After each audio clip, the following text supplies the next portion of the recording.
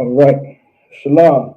Yahweh Hashem Yahweh Shai Barakathum to the brothers, and Shalom Yahweh Shemar Allah Son by Hashem Yahweh Shai to the sisters. Where the Israelite School of Universal Practical Knowledge started at 1 West 125th Street, Harlem, New York, under Commanding General Yohana. We're not affiliated with any other Israelite group nor any other Christian organization. All right, tonight's class is the Lashawan Qadash class. All right, the Hebrew class. I say this every class. Make sure you come and attend this class. It's very important and it's very imperative that we learn the Hebrew language and we learn the language of our ancestors. Now, if you are so-called Black, Hispanic, and Native American, all right, your ancestors are the Israelites and are the Jews. All right, we come from the Israelites in the Bible. We come from the Jews of the Bible that are in the Bible. The same blood that ran through Christ is the same blood that runs through you. If you're Mexican, the same blood that runs through Christ runs through the Mexicans. The same blood that runs through Christ runs through the Dominicans, runs through the El Salvadorians, runs through the Costa Ricans, runs through the Cubans. You understand? Runs through the Peruvians, runs through the Puerto Ricans, runs through the Colombians. If you're so-called Native American, the blood of Christ runs through you. And I'm not talking about anything spiritual. I'm talking about your little blood, your bloodline. Like this is your race. You come from the same race of Christ. The same blood that runs through the veins of Christ. It's the same blood that runs through the Navajo. The same blood that runs through the Iroquois. The same ones that run through the Cherokee. The ones that run through the Comanche. The ones that run through the Apache. The ones that run through the Blackfoot. The ones that run through the Creeks. The one that runs through the Pequot, the ones that run through the Wampanoag. The same blood that runs through Christ runs through every single Negro in America and every single Negro throughout the entire planet. If you come from Trinidad or from Tobago or from the Virgin Islands, if you come from the Bahama area, if you come from the islands, all right, if you come from the Bermuda area, all right. If you come from the islands over there, the same blood that runs through Christ, it runs through you as well. Does everybody get the point? I want to make sure. I'm gonna reiterate that. All right. And I want that to be understood. All right. And so the language that Christ spoke, since the very same blood, the very same blood that runs through Christ runs through us as well. All right.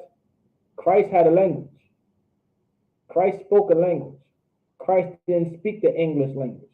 Christ spoke Hebrew. Christ spoke the Lashawan Qadash. Christ knew how to say Yahweh Ba'ashem Yahweh Shai Barakatah or Barakatham. Christ knew how to say Yahweh Shamar Allah Son Ba'ashem Yahweh Shai. All right? Christ knew these things. Second, actually thinking about it, let me get the KJV up. I'm gonna get the KJV up 1611. All right, and I'm gonna get the scripture.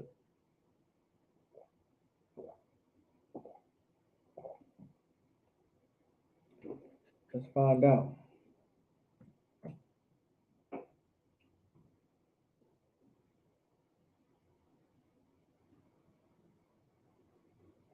Let me get a scripture for y'all. I want to make sure it's in the New Testament.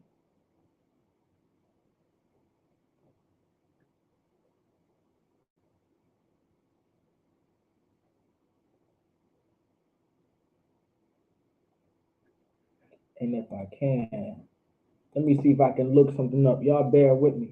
Also, if anybody has any questions too, make sure you put it into the live chat. The water for checking into as well.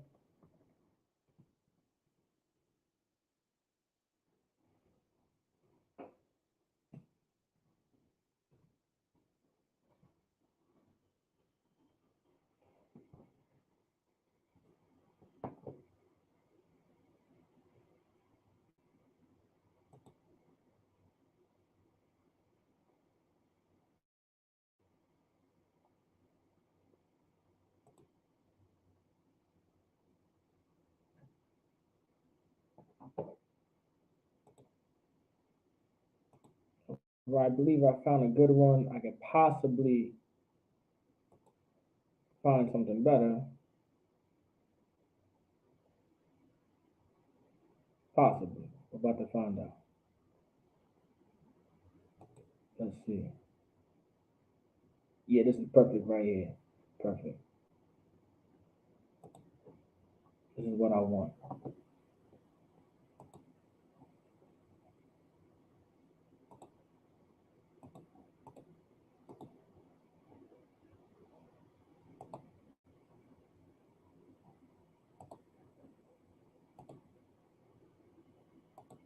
While I get that, give me a second. Argue.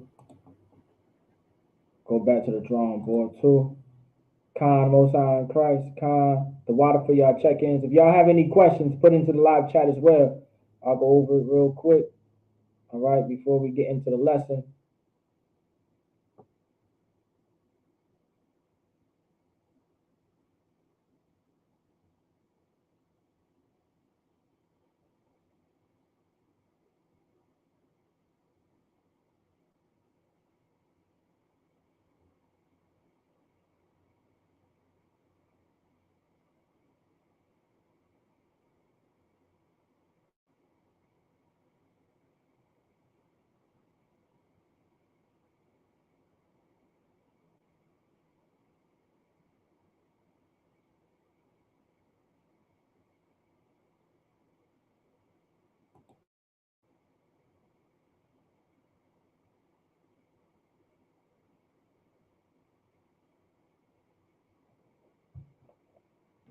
All right. I believe I want the Acts chapter 26 and 14. I believe that's what I want. Acts chapter 26 and 14. Let me double check for y'all. All right. It should be Christ speaking. Yep. Should be Christ speaking.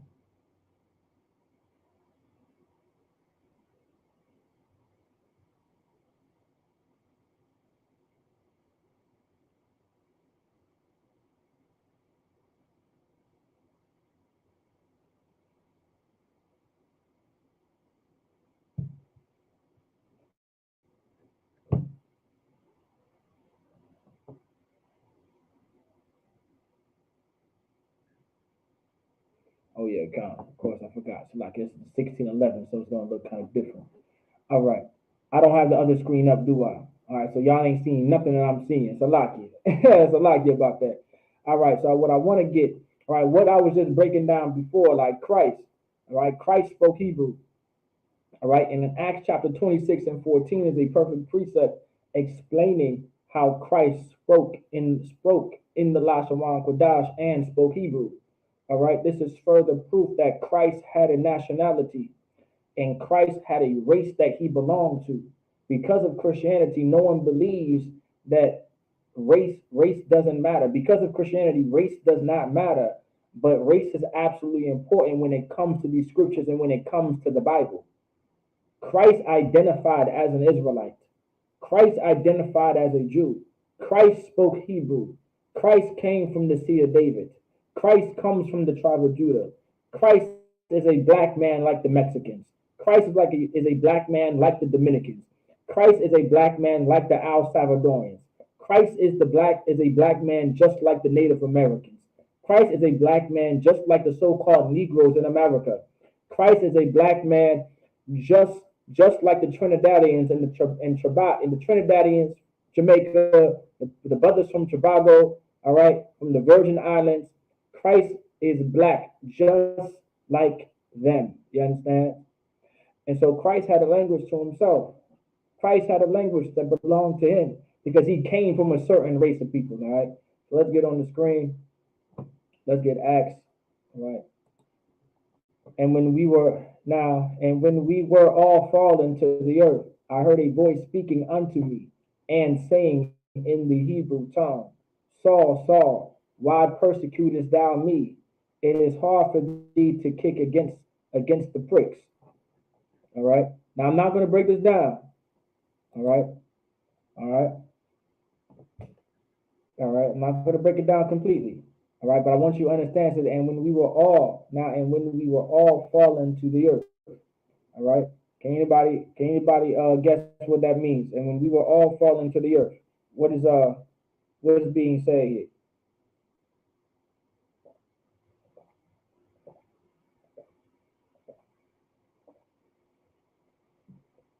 The earth is just referring to the ground. All right. So what are we saying here? So this is Paul. This is getting to the story about Paul. This is when Paul is pretty much about to be introduced. All right. That's when it says Saul, Saul. Eventually he will become Paul when he comes into the truth. All right. And I heard a voice speaking unto me. This voice is the voice of Christ. That voice is the voice of Christ. And saying in the Hebrew tongue, meaning this is the Hebrew language that Christ is speaking in, saying, Saul, Saul, why persecutest thou me? Why is Christ saying to Saul or Paul at this time, why persecutest thou me? Meaning, why are you persecuting me? Why is Christ saying this?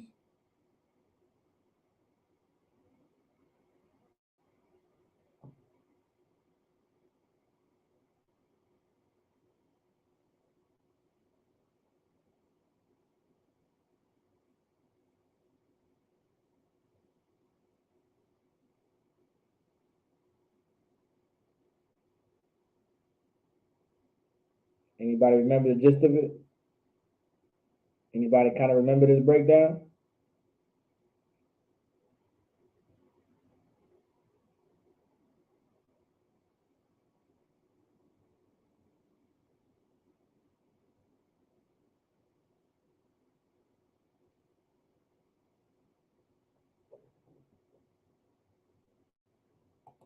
Now keep in mind, this is Paul telling his story to King Agrippa.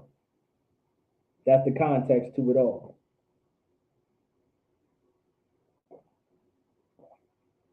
Right. Because at one point in time, Paul was give Officer Matthias our hand. At one point in time, Paul was persecuting Christians, which are ones who followed Christ, which were the disciples of Christ. All right, who were the disciples of Christ at that time. That's why he's saying that. So why persecutest thou me? And it says, it is hard for thee to kick against the pricks. Somebody break that down. It's hard for thee to kick against the pricks. Somebody tell me, what is a prick? Y'all let me know, what is a prick? Anybody want to give it a shot? What is a prick?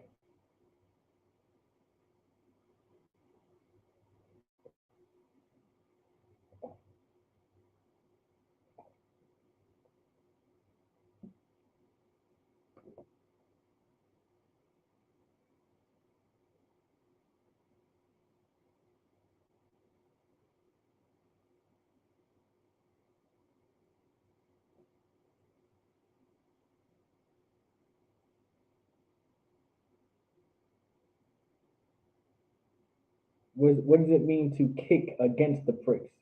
Like, what does it mean to kick against the pricks? Like, not what is a prick, but what does it mean to kick against the pricks?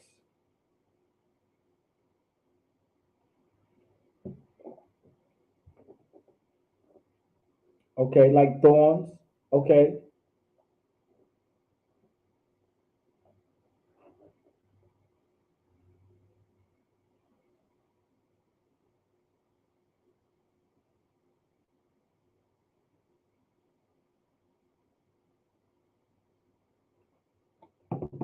in this context, not so much. For Officer Yakadar, not so much like thorns. Not in this context. La I see, not like thorns. Not in this case. Anybody else want to give it a shot? What does it mean to kick against the pricks?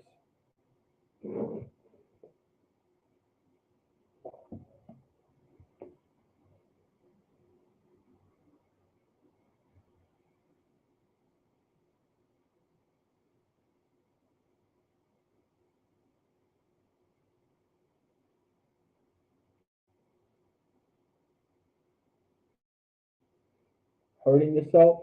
Not so much. Not is it hard for thee to kick against the pricks? Nope. Give the sister a hand. Give the sister a hand. All right. Give Miss Coco a hand. She said going against the grains. Right. Kick against the pricks. All right. So if y'all don't know, all right, to kick against the pricks, it's like it's an old saying, right? Referring to resistance. All right. So a prick, let me break it down to y'all. A prick is what you would use to get an animal going, right? Because in order, okay, a prick, think of like the spur. Think of like a spur in the back of a boot. That's a prick, right? That's a prick. Something that's pointy, that's going, but is used, right? In this context, this is a prick that's used to get an animal going. All right, this is used to get an animal going because what is the animal doing? If you have to use a prick to give the sister hand, forcing motion. If you have to use a prick or a spur to get or a goad, right, in order to get an animal going, all right, what would you have to do? Well, I mean, what is that animal doing? It's showing you what? Somebody let me know. What is it showing you?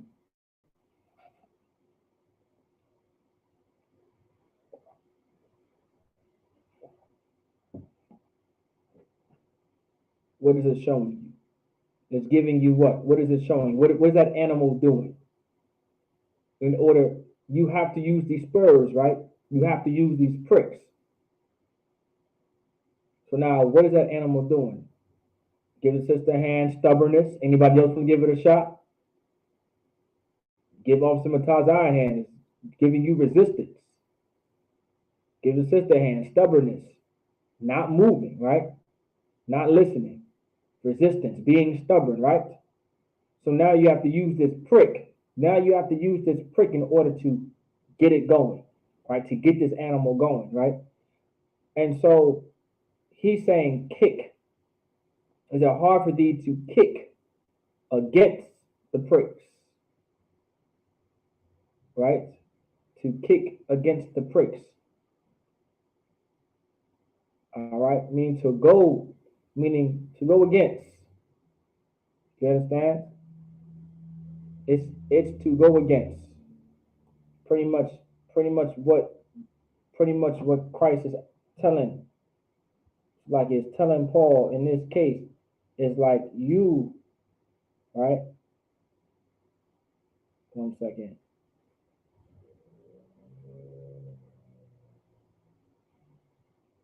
And so now Christ is saying to kick against the pricks, meaning to go against. Is it hard for thee to kick against the pricks? Is this something that's hard for you to do? To be resistant? Is this something hard for you to do? Now why is Christ saying, is this something hard for you to do? Why is it hard for you to be resistant? Is it hard for you to be resistant? Why do you think Christ is saying this?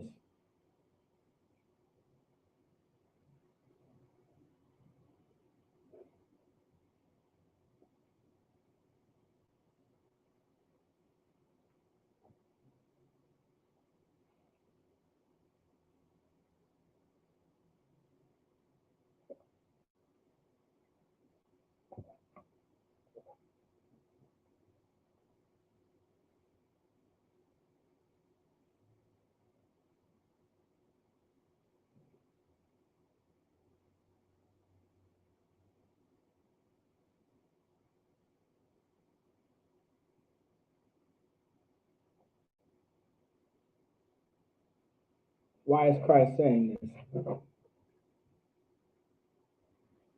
Remember, to kick against the pricks, meaning to give resistance.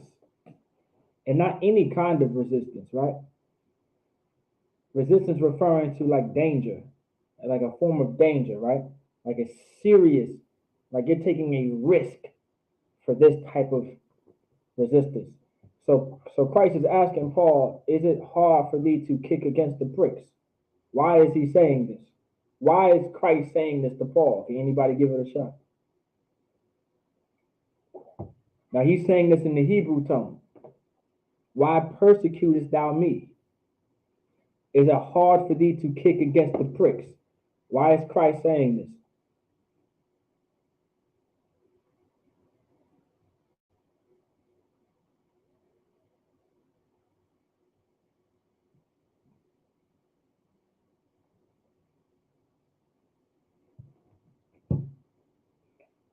Okay, not so much you can't win against Christ. You can't, not so much you can't win going against Christ. Not so much that that's a true statement. That is a true statement. Be trained. Explain be trained. What do you mean by that? Chuba across the par. It's very close. That water just tasted very weird. Weird. You can't win going against Christ. That's true. But he's saying, why persecutest thou me? Is it hard for thee to kick against the pricks? Why is he saying that last part?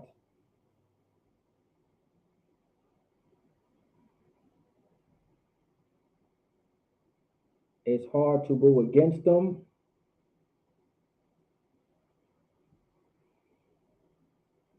Well, give me more. Y'all give me more. And for the rib of Officer Mataza, meaning saying be trained. For Chuba across the par, give me more on what you're saying. And sis, it's hard to go give me more. Just give me more. Why persecute thou me?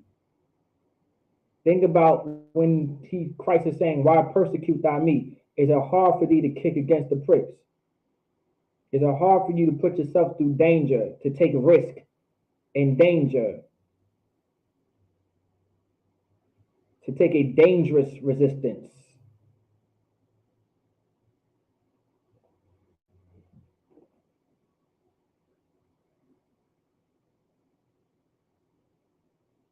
Think about why persecutest thou me? Think about that part. And maybe you'll understand why Christ is saying this.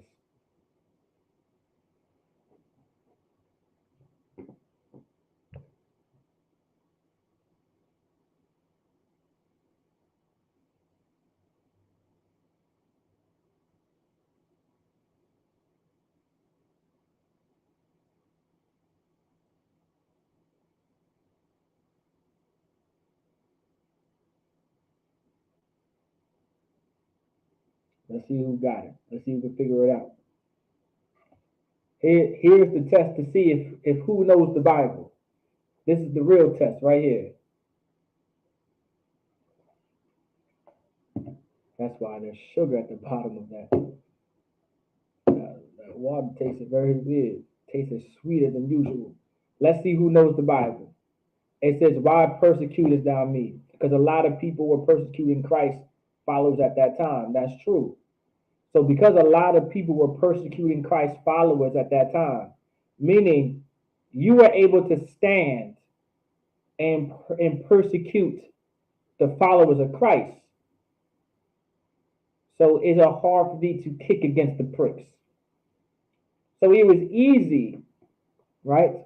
I guess it was easy to persecute who follow me.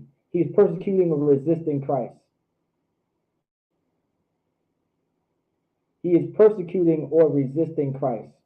Okay, I see what you're getting at, Trooper Call. And so why persecutest thou me, right? It must be easy to persecute Christ, right? It must be easy to persecute the ones who follow Christ, right? Is it hard for him to train Paul to obey? They wouldn't. Not so much that. That's not so much that. But I see where you're getting at. I see where you're getting, but not so much that. Paul was on the bandwagon. This is Paul about to be on the bandwagon. All right.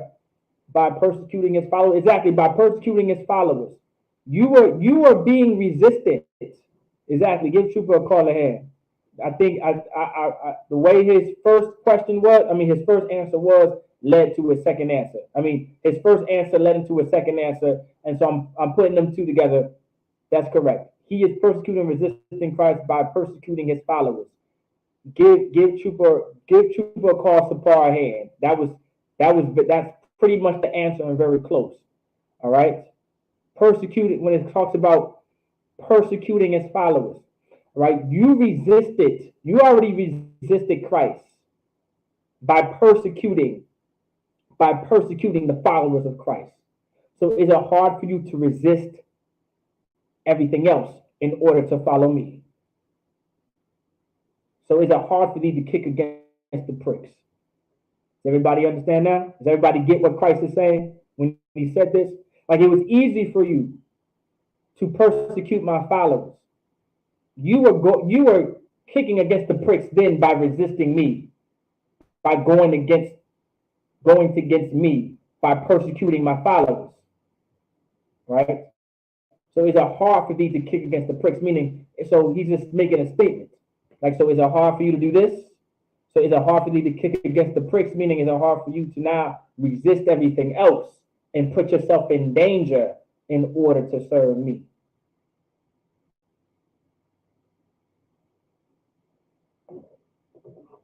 Because, I hope y'all know killing Christians won't that simple. I hope you guys understand at that time, killing Christians won't that simple. You had to go to war with those Christians at that time. Y'all Christians today, y'all ain't real Christians. The Christians that are in the Bible, those were some hardcore revolutionary brothers. And you won't just killing them. That won't no you won't just that won't no easy that easy get up. If you feed or give drink to little ones, you do it unto Christ, or say, paraphrase, you do it unto Christ. Okay, I see what you mean. Do it unto Christ. You do unto Christ. And so everybody gets the point. All right. And so I brought this up, of course, to get out the Hebrew tongue. But I believe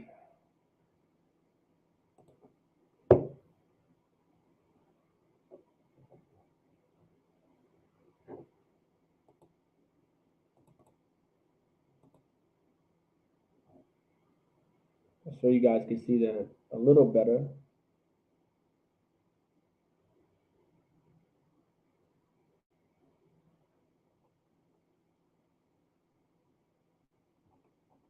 Let's see.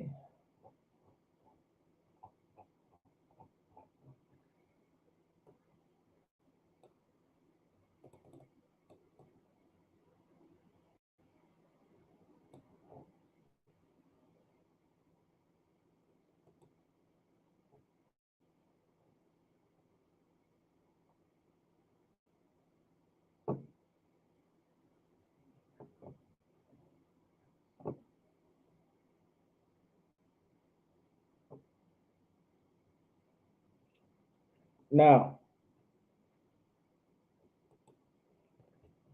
can everybody see what's on the screen?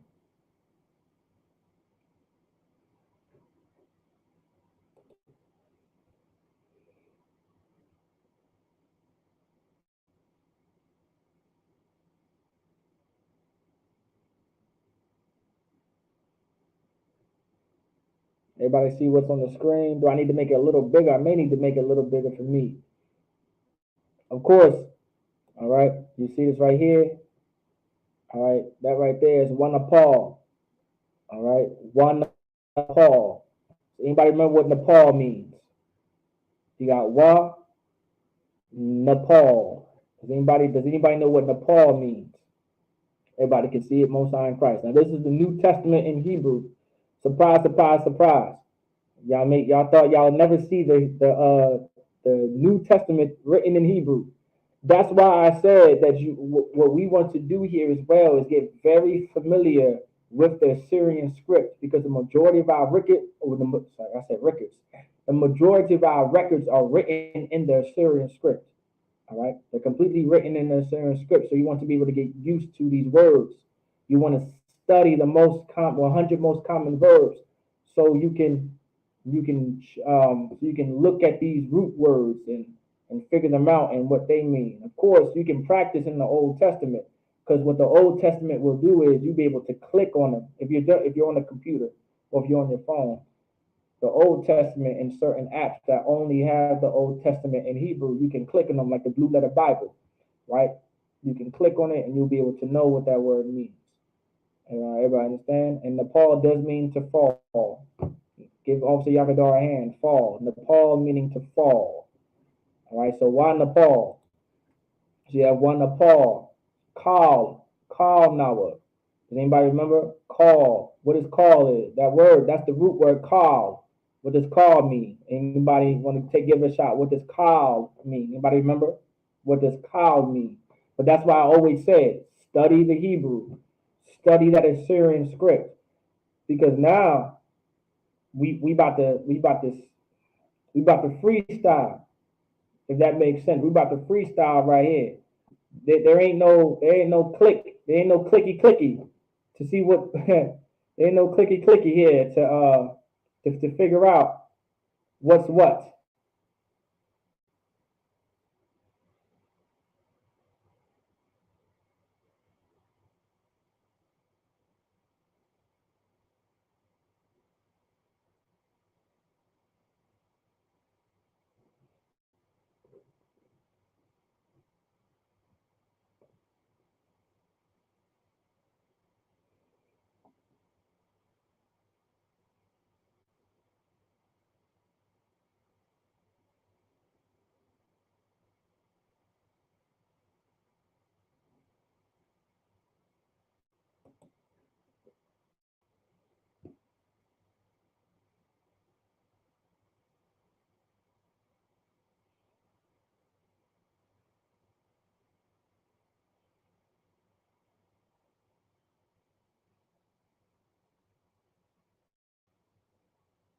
Anybody want to give it a shot? What does it mean? Call.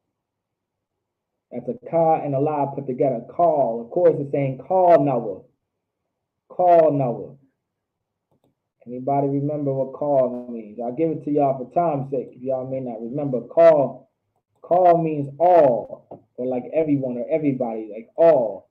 That's why when you go here, you see this all. We were all. That's that call Noah. That call Noah is saying we were all. All right. So when a Paul call Noah Arataza, who remembers what Arataza means? Arataza. Who remembers what Arataza means? When a Paul, so far we got when a Paul call Noah Arataza. Not Arataza, but Arataza, because there's a ha at the end of that. So Arataza. Arataza. Arataza. Arataza. What does Arataza mean? The root word is Arataza, but it's Arataza. So Arataza. What does Arataza mean? Somebody give it a shot.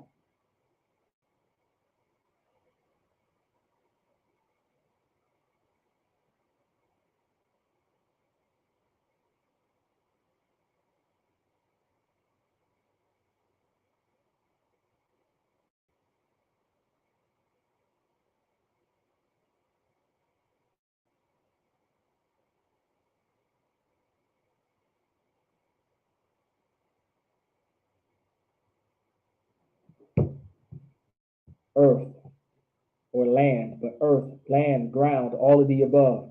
Right, that's why you see it right here. So now we got the first sentence out the way. That's the first sentence. You see, you got 2, 3, 4, 5, 6, 7. Oh, it's like that. I miscount. 1, 2, 3, 4, 5, 6, 7, 8, 9. So we got 9 words. And then on this side, you got 3. Got 3 words. So for 9 words in English, we said all of that in 3. When Paul called Nawa Arataza. That was it right there. When Paul called Nawa Arataza. That just said, and when we all fall into the earth. All it said, Arataza. All right. When a Paul, it's like it when a Paul called Nawa Arataza. All right. Wa, you have your wa and your I, Shemai. So now the root word here is Shemai. The root word here is the root word here is Shemai. What does Shemai mean? Somebody give me a shot. What does Shemai? What does Shemai mean?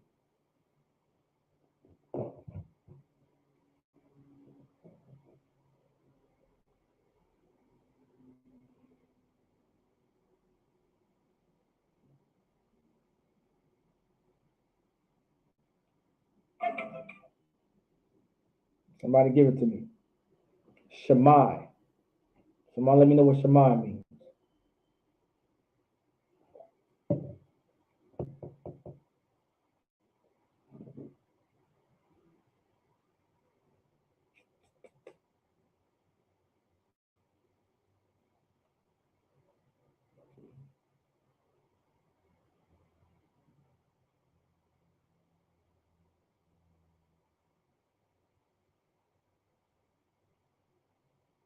Not voice, not diligent. It can mean diligent. It can mean diligent at times, but not voice, not diligent. Shemai could mean diligent. But what's the main definition?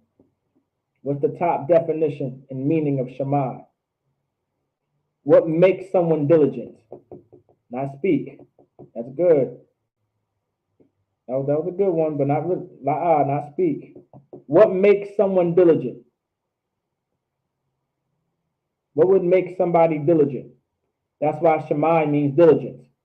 Shemai can also mean diligent because this is what makes someone diligent. What makes somebody diligent?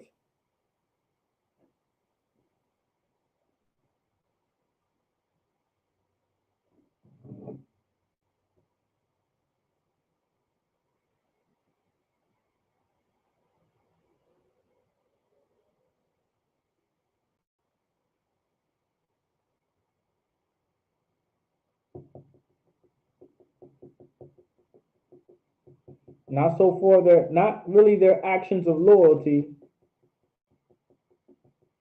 Okay, in order to obey. Okay, hardworking, obeying. Okay, in order to obey, what are you doing? In order to obey, what would you have to do in order to obey? What would you have to do to even have loyalty and have the actions that you have? There's something you have to do first, and this is what Shemai means.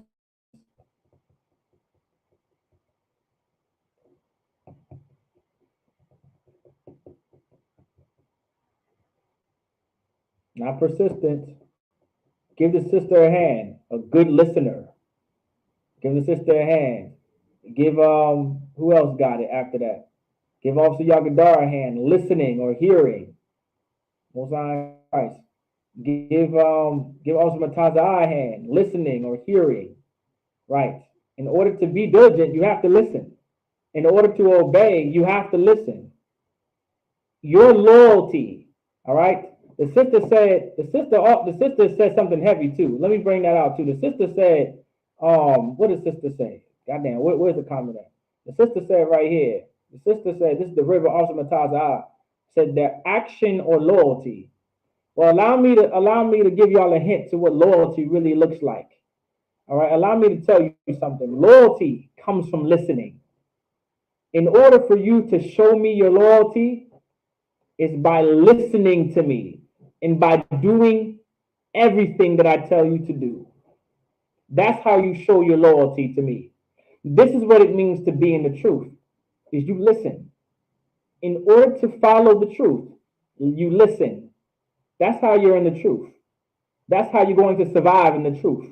That's how you're going to make it in the truth. Because that's what the real world is about.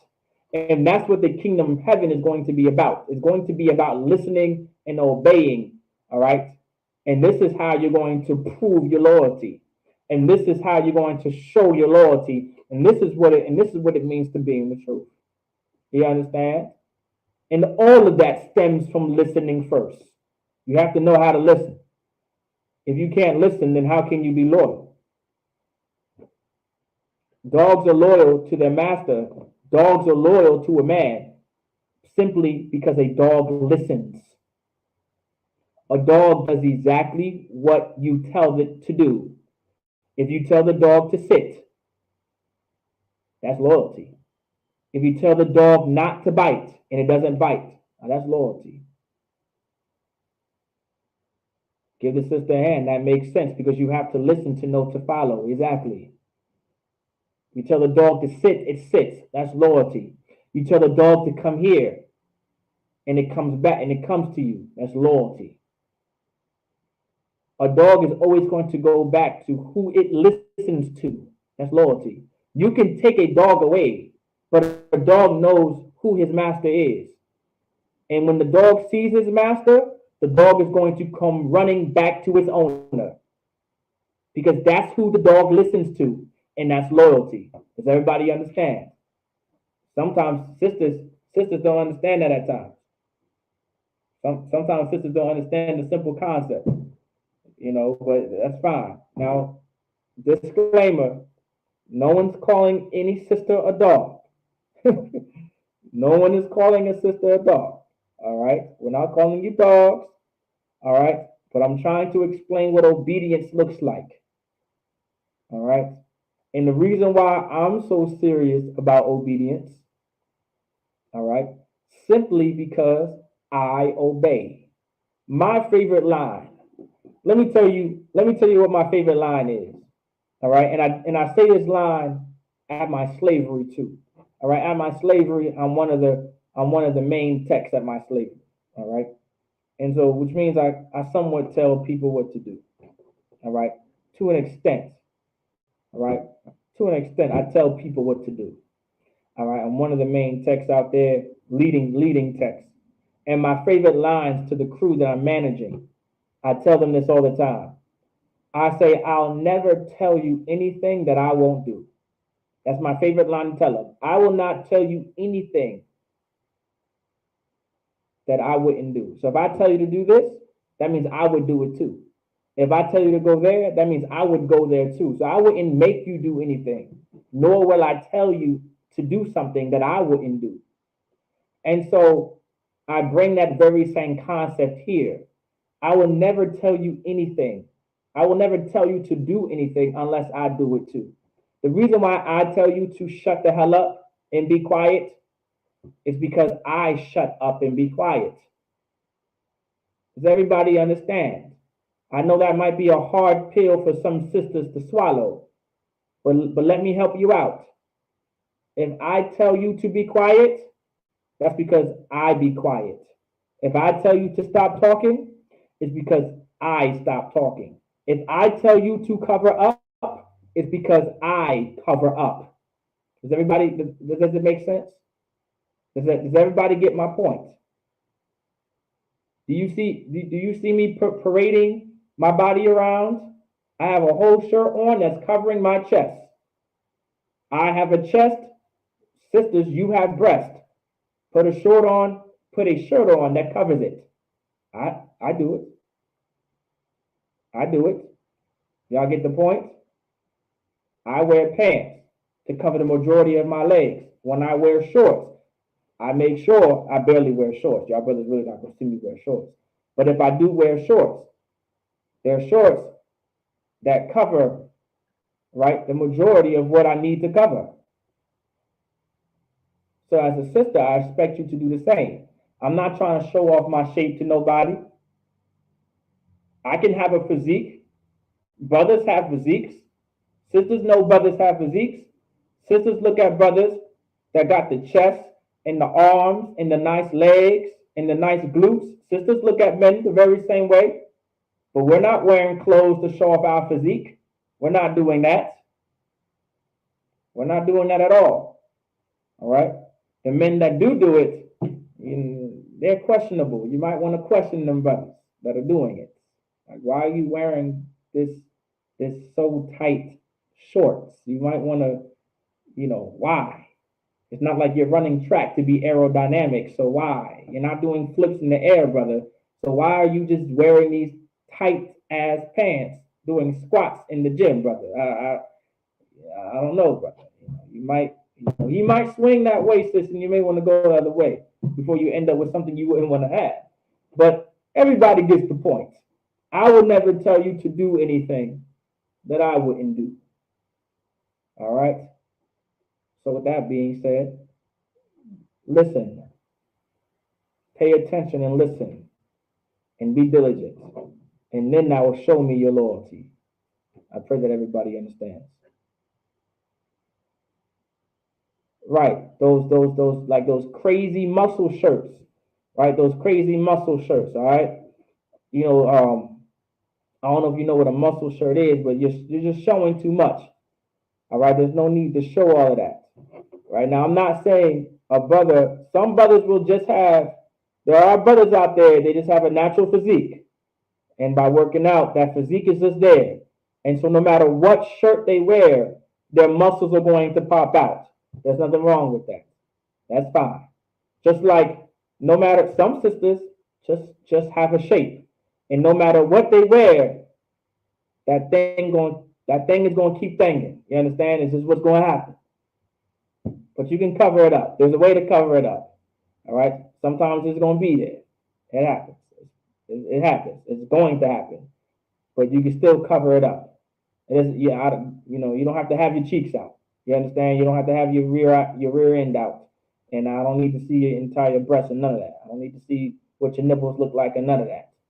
I shouldn't have to know that you have piercings on your. I shouldn't have to know any of that. You can cover all. There's a way to cover all of those things up.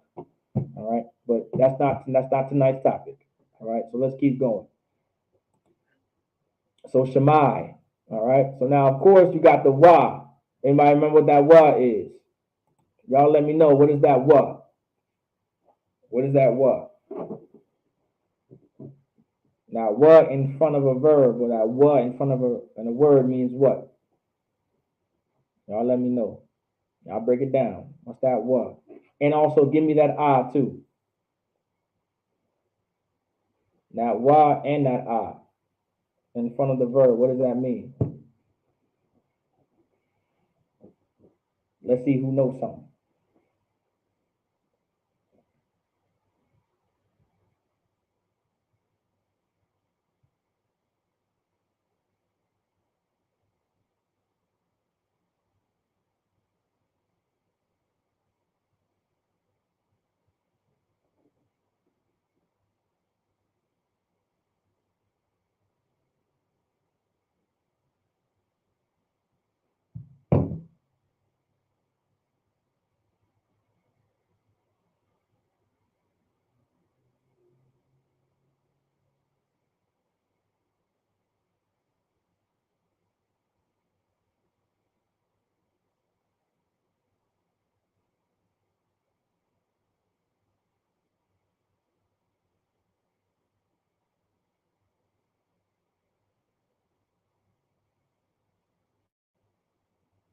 And I or I am. Okay, also sometimes I am. So now wa ah shamai. So like you got that wa ah shamai. All right. That's the I and I heard. All right, that's the I heard right there. The wa ah shamai is that I heard. All right. Kawal. All right. Anybody know what kawal means? I believe a sister answered it before. She thought this is what Shemai meant. To give y'all a hint, the sister answered this with Shemai, but this is what it means. This is what kawal means. Y'all let me know what kawal means.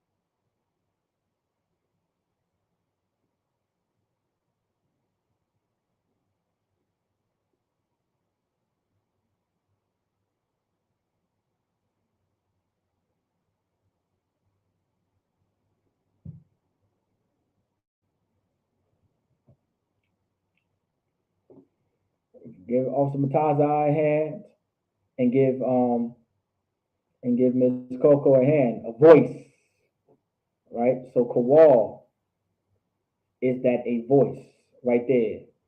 All right. Wa Shamai Kawal. Madabar.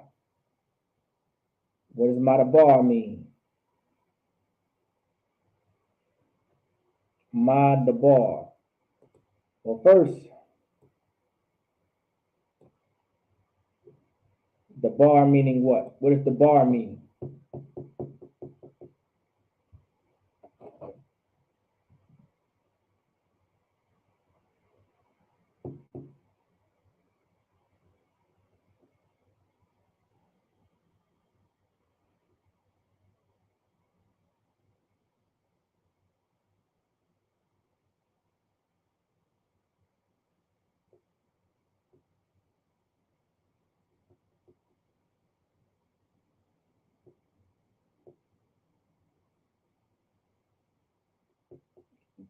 I mean, well, la'ah doesn't mean Hebrew. La'ah doesn't mean Hebrew. It is Hebrew though. La'ah, this one doesn't mean Hebrew.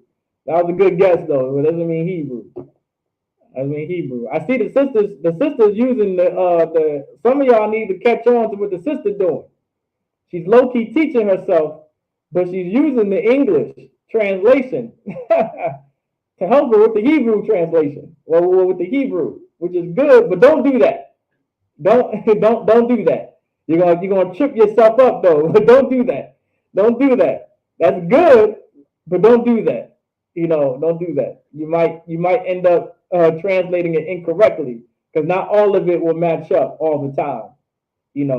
Sometimes it could go in order, sometimes it just won't. All right, but that was a good guess though. Not Hebrew though. Not Hebrew. But give also Mataza a hand to speak. The bar just means to speak, and so that ma in front of it. Y'all know what that ma means, right? What does that ma mean in front of it? I know Officer Mataza I should know this. Or I know Officer Yakadar knows this. What does that ma mean? Who else be paying attention in my Hebrew classes? Remember, we freestyling here. We freestyling here. So we gonna see what's up. We about to see what's up. You can't click on these words to figure it out what they mean. We freestyling. We freestyling. For the most part, I know the majority of these words. For the most part. All right. Come on, let me see. What word I may not. I'm trying to see what word I may not know. Hmm.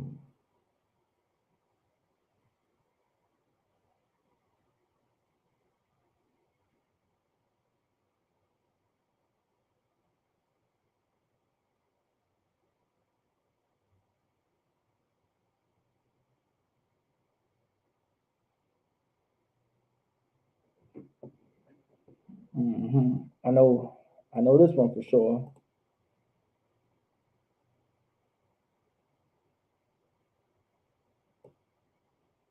I think I might. Yeah, I think I might. This one. This is the right here. Yeah.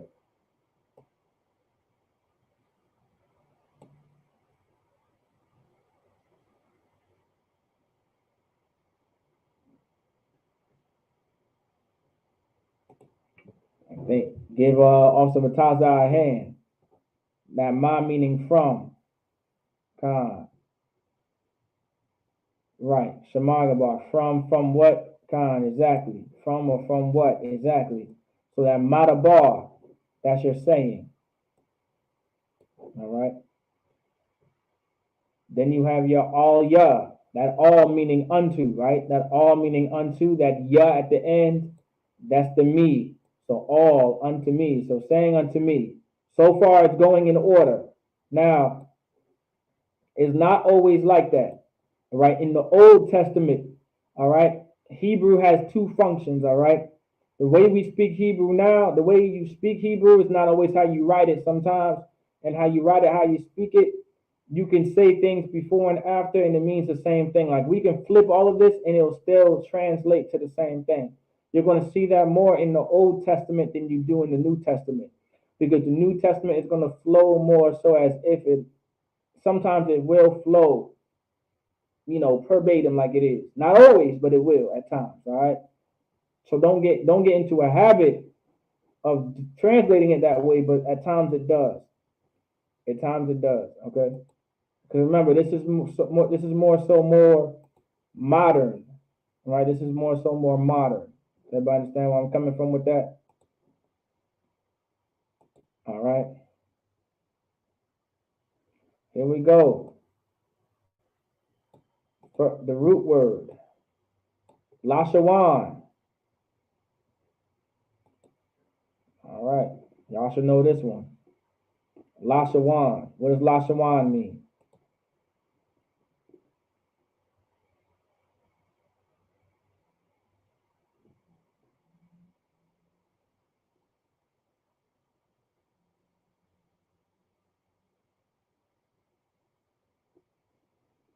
What does Lashawan mean?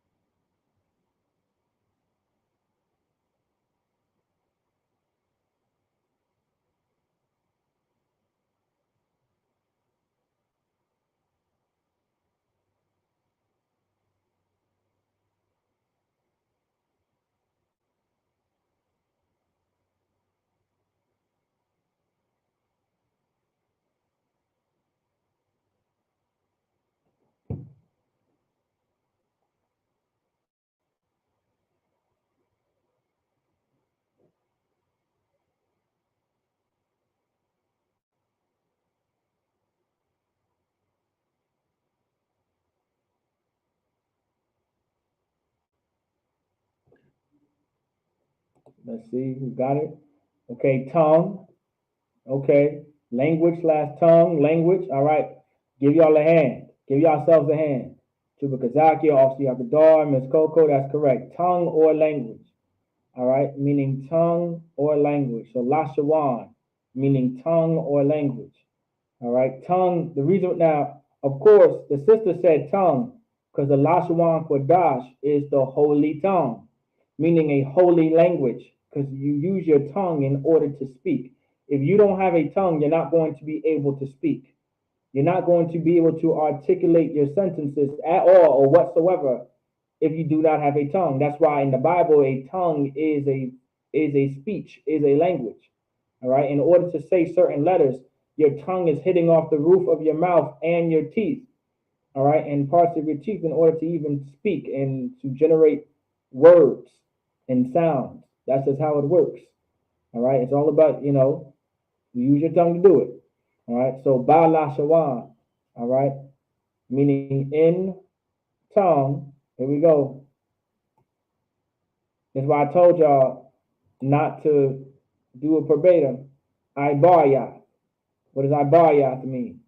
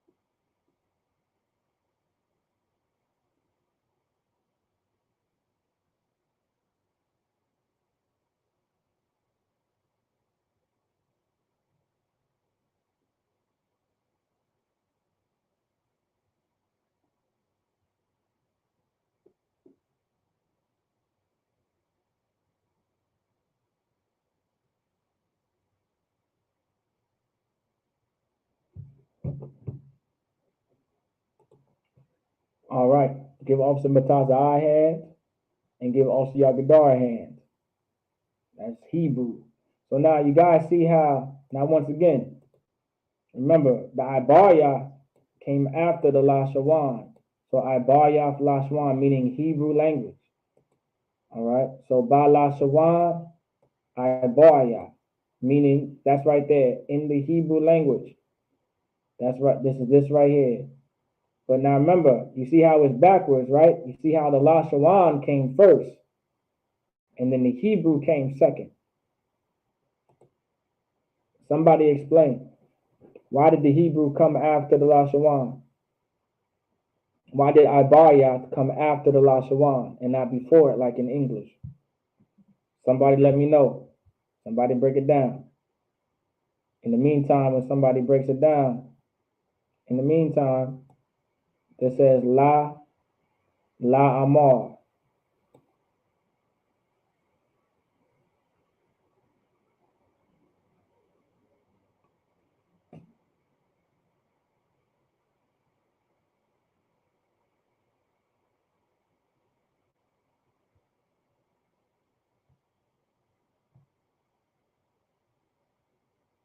What does Amar mean in the meantime?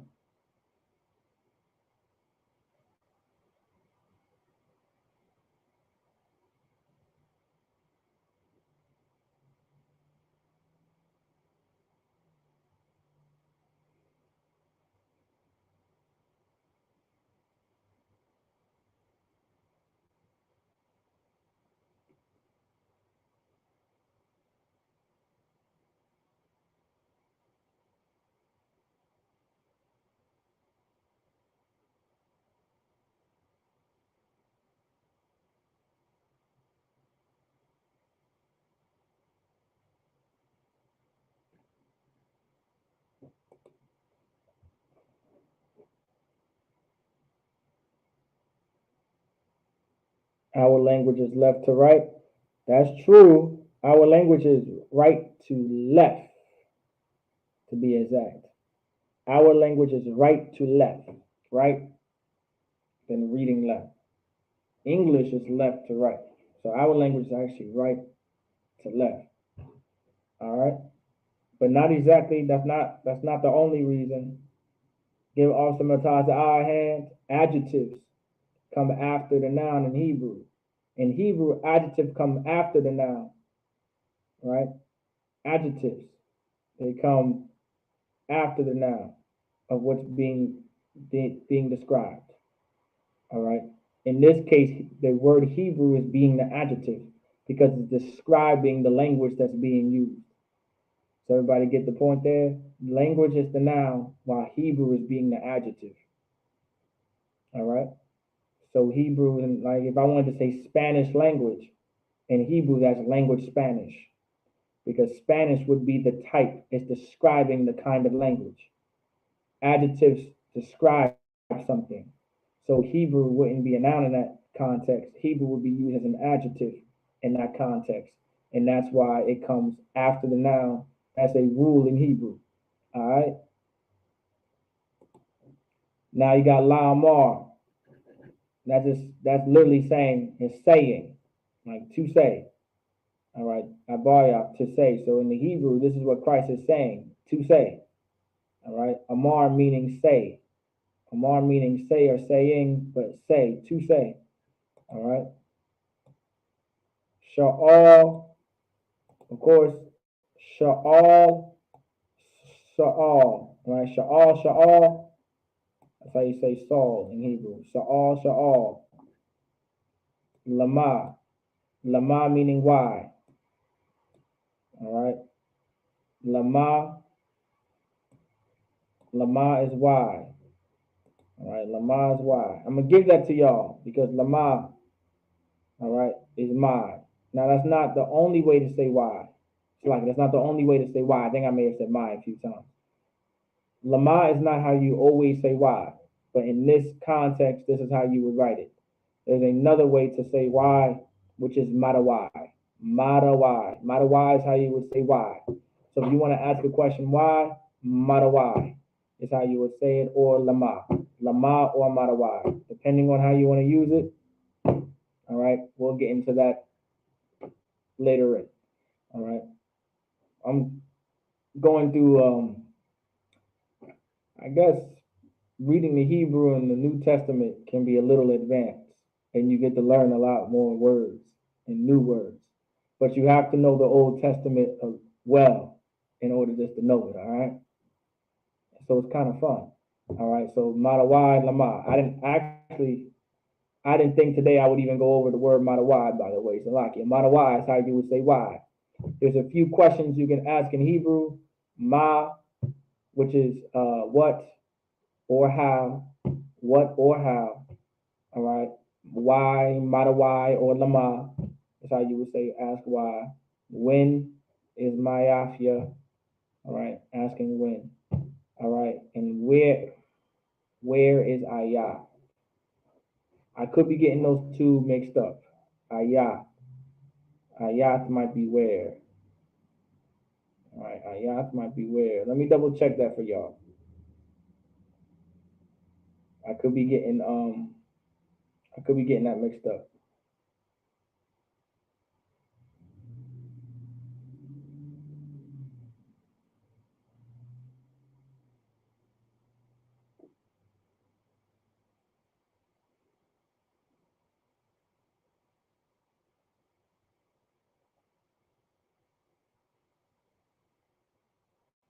Oh, not Ayat. Ayah. It's like Ayah. Ayah is where. And Mafia is when. All right. And then Maya. Then Maya is who. All right, then Maya is who. All right, so you got Ma, you got Ma, which means what or how. It can mean what or how. All right, you have why, which is Mata why or Lama. When is Mafia. All right, where is Aya, and who is Maya. All right, you'll see this in the scriptures. Okay, if y'all need me to repeat that, just let me know. All right, I'll go over it some other class too as well for time's sake. All right, so we're not going crazy. All right, here we go. Saradak.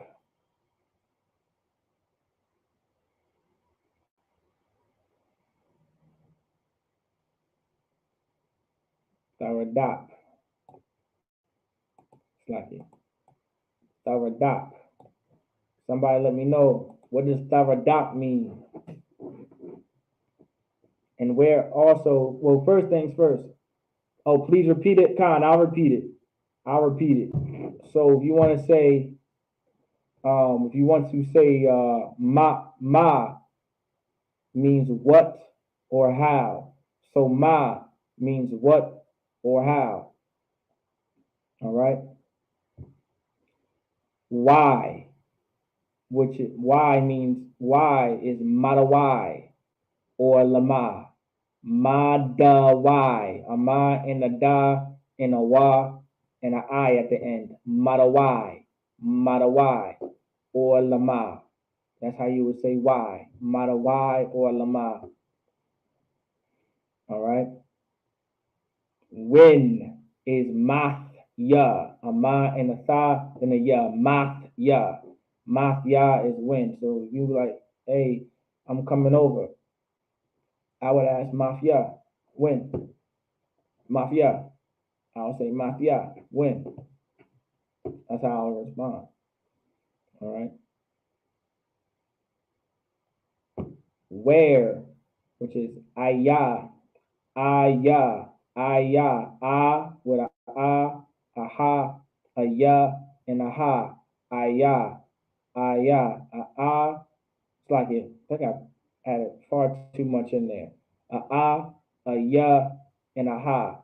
Ayah, ayah is how you would say where.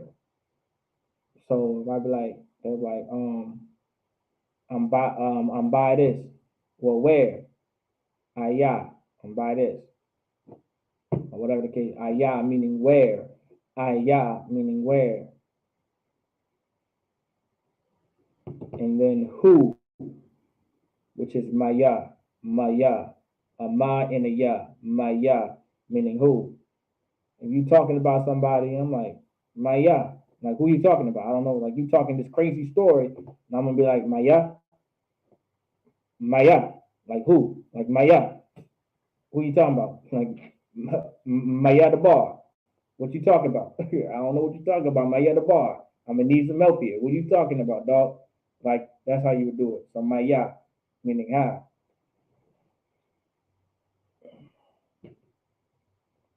Of course, I'll be double war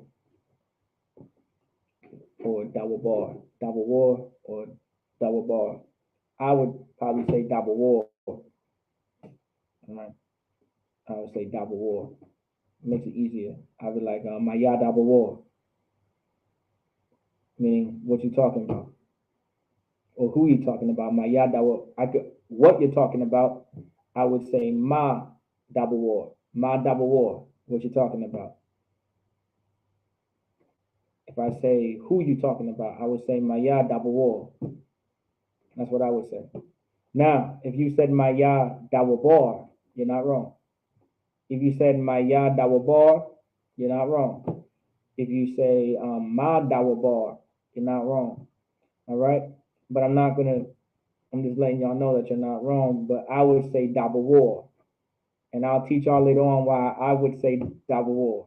That's a little advanced, but I will tell you why I could say double war, just like I could say I'm a war and not our mar.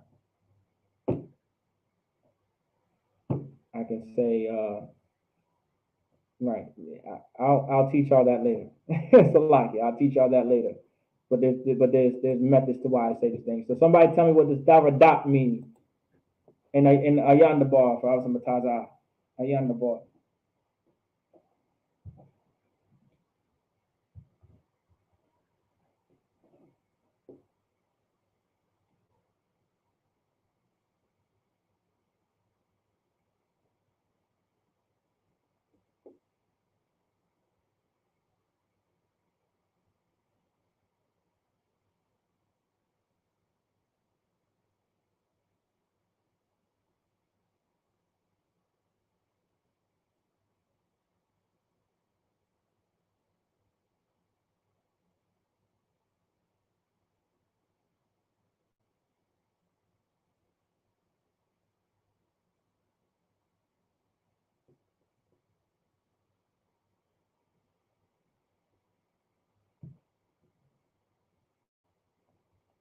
Anybody want to give it what is davadat?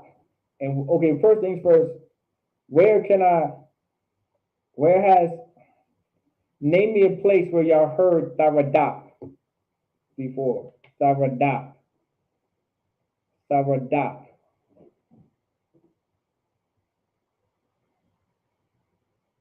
Give on some Mataza hand. Persecute. Now, where did you hear Davadat before? There's a place where a lot of brothers can recognize the word Davadat.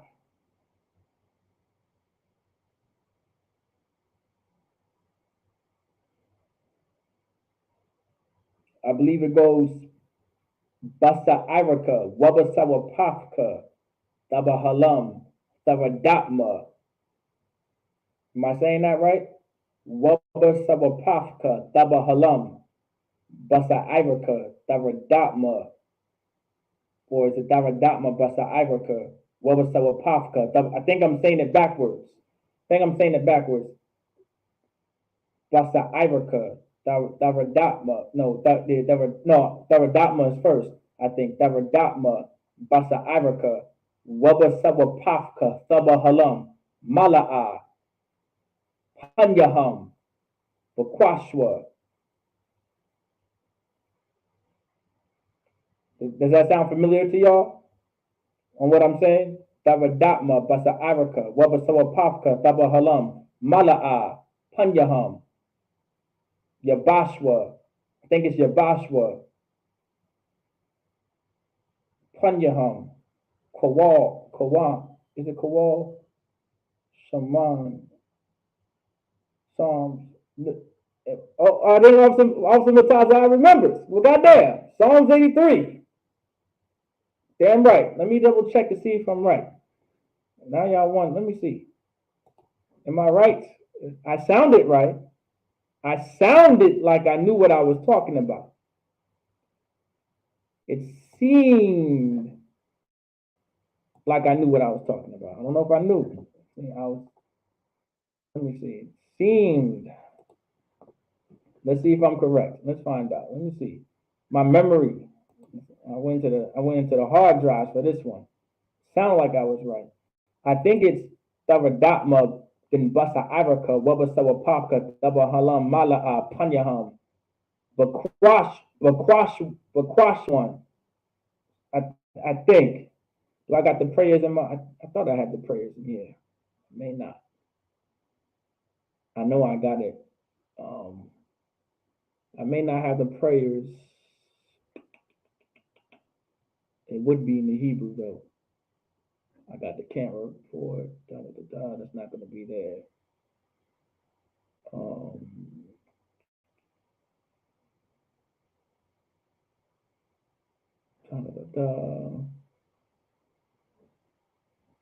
The camp, Hebrew. I think it might be in Hebrew class.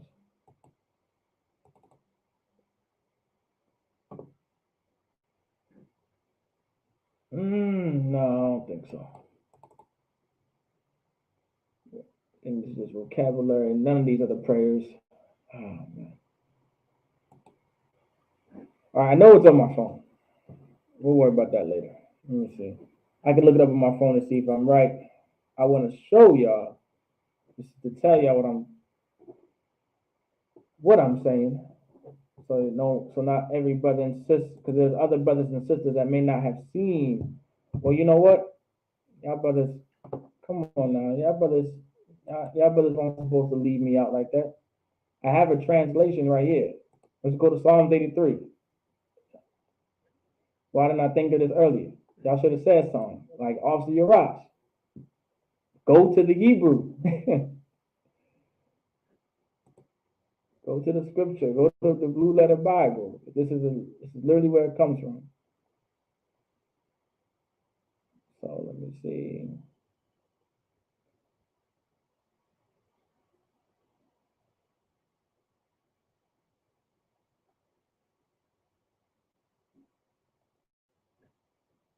I think it's right here. So persecute them with thy tempest.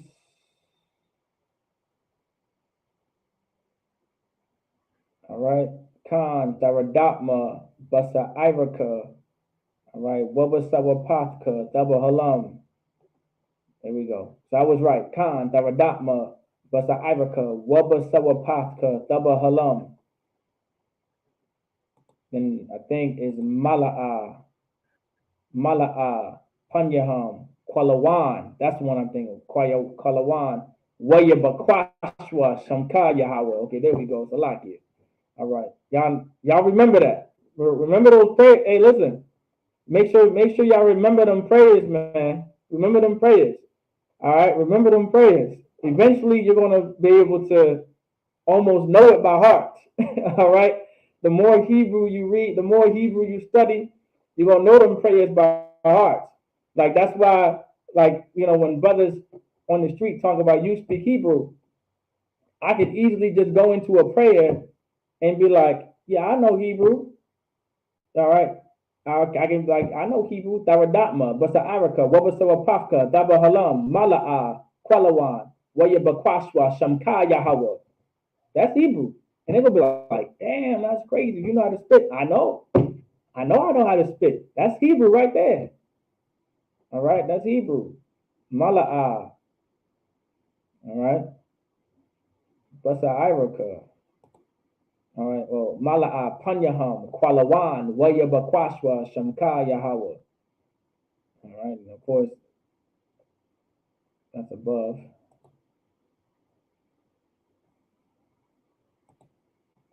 But of course, so persecute them with thy tempest. It's Daradatma, Basa Iraka, Wabasawapafka, Daba Halam. All right, but let's get to it and what we were doing. I think we were here with it. So daradat meaning to persecute. So when it says that naya, I'll give y'all that naya. All right, that naya is that's saying you. That naya is that thou me, right there. So daradat naya, that's persecute thou me. That naya is that thou me. Why persecute thou me?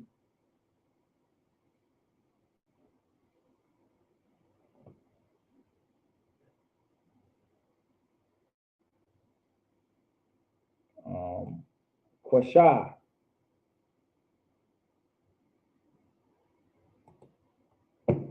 All right, anybody know what kwasha means? Kwasha.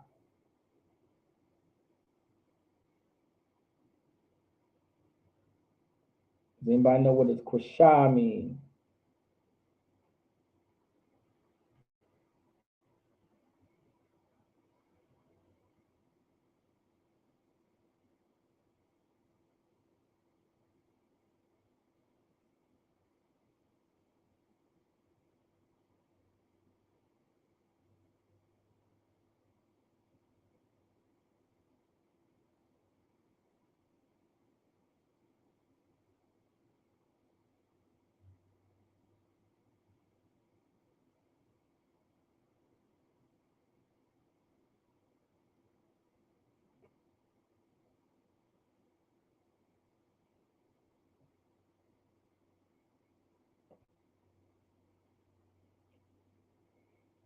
That's right. Kwasha meaning hard.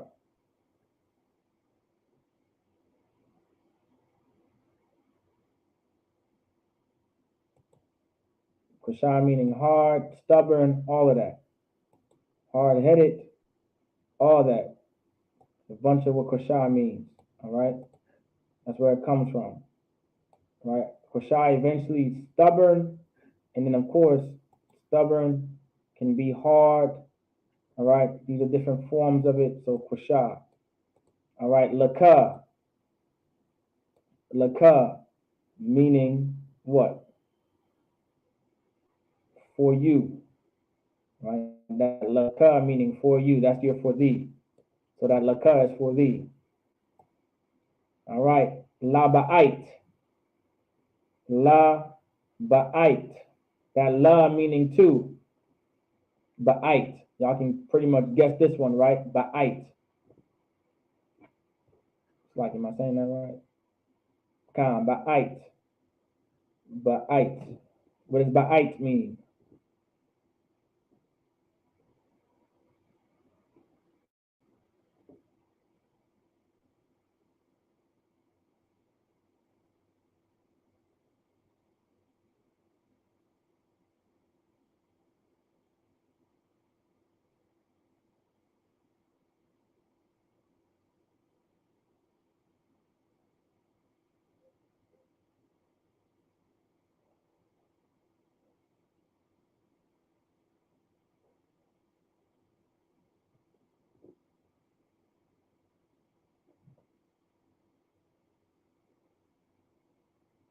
Most High in Christ.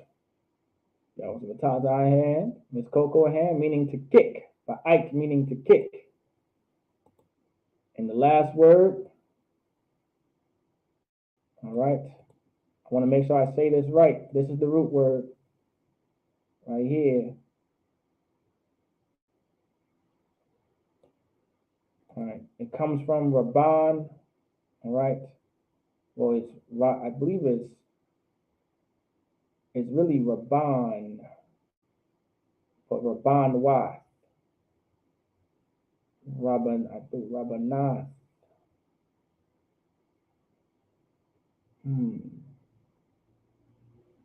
Let me look at the. Is it hard to kick against the gold?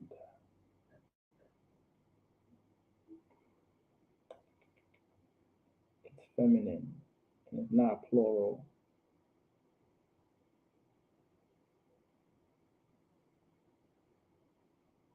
Right. Rabbanah. All right, there we go. All right. Darabanath. So Daraban, all right, it'll be Darabanath. Darabanath. All right, Darabanath. Of course, what does Darabanath mean? That's your goad. What's a goad? Your goad is your prick. That's like your spur. That's like something pointy to get the animal going. Like I was breaking down before. That's what a goad is. All right, that's why it's important to know. That's why it's important to know the Hebrew. Now you see why I tell brothers, you want to know the Hebrew to understand the scripture. All right? You want to know the Hebrew. You want to know where these things coming from. All right? Like one the brother said prick equal thorn. And now was the brother wrong for saying that? No, because of course something pricks you, it feels like a thorn. It is, the brother had the right concept, like thorns hurt, prick, ow. You know what I'm saying? I get it. But of course, that's why it's always good to know the Hebrew. So when you go into the Hebrew, you're like, hey, okay, this actually is the Hebrew word for goad, and a goad isn't a thorn. A goad is like a spur or like a prick that gets an animal going. All right. The concept was right. It was there. You know what I'm saying? You understood it at a certain extent. But the real full break now to get the full breakdown of it, you would have had to go to the Hebrew to help you understand it. All right.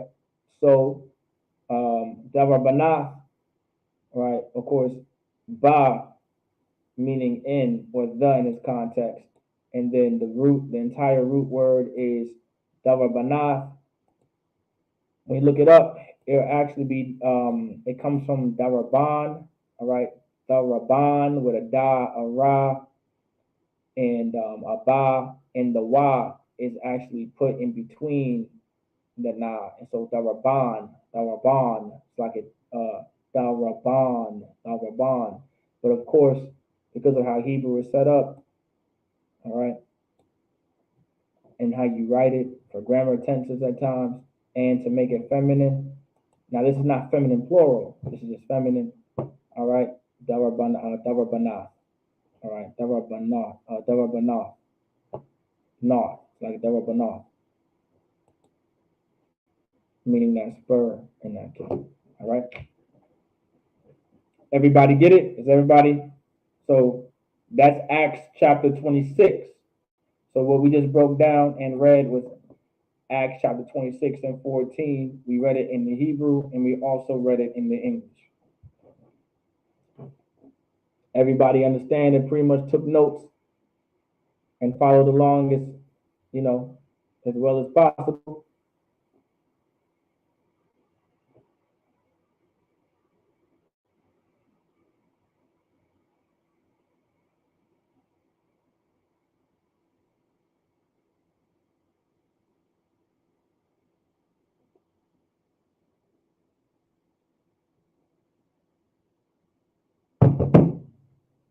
Everybody pretty much get it? Khan, Most High in Christ. Khan, but it's confusing. Understood, Salakia. Khan, it can be confusing, Salakia. I've jumped into the New Testament. I may have jumped in the New Testament a little early, but I believe y'all were able to handle it though, and y'all did very well. All y'all brothers and sisters did very well. And at first, it's always going to be confusing. All right, but the more you practice it though, the better you'll get. The better and better you'll get. So don't sweat that too much. You want the confusing. The confusing is good in a way because that means you're truly trying to learn it.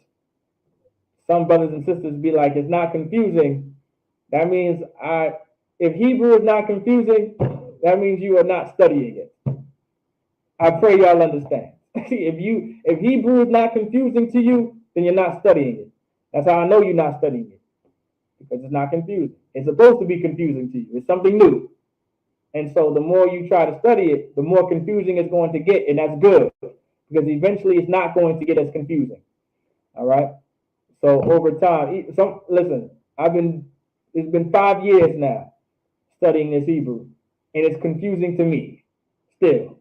It still confuses me at times. All right. So don't feel discouraged. All right. I look at something up like, why is that there? Of course, I research it and be like, okay, that makes sense why it's there. I got to go back into my notes and be like, oh, that's why it's there. And I'm piecing all my notes together. Like those slides you see were all my notes pieced together so you guys can learn the best way possible. Literally all my slides for y'all that y'all see on the screen is the fundamental basis of you having a fundamental understanding.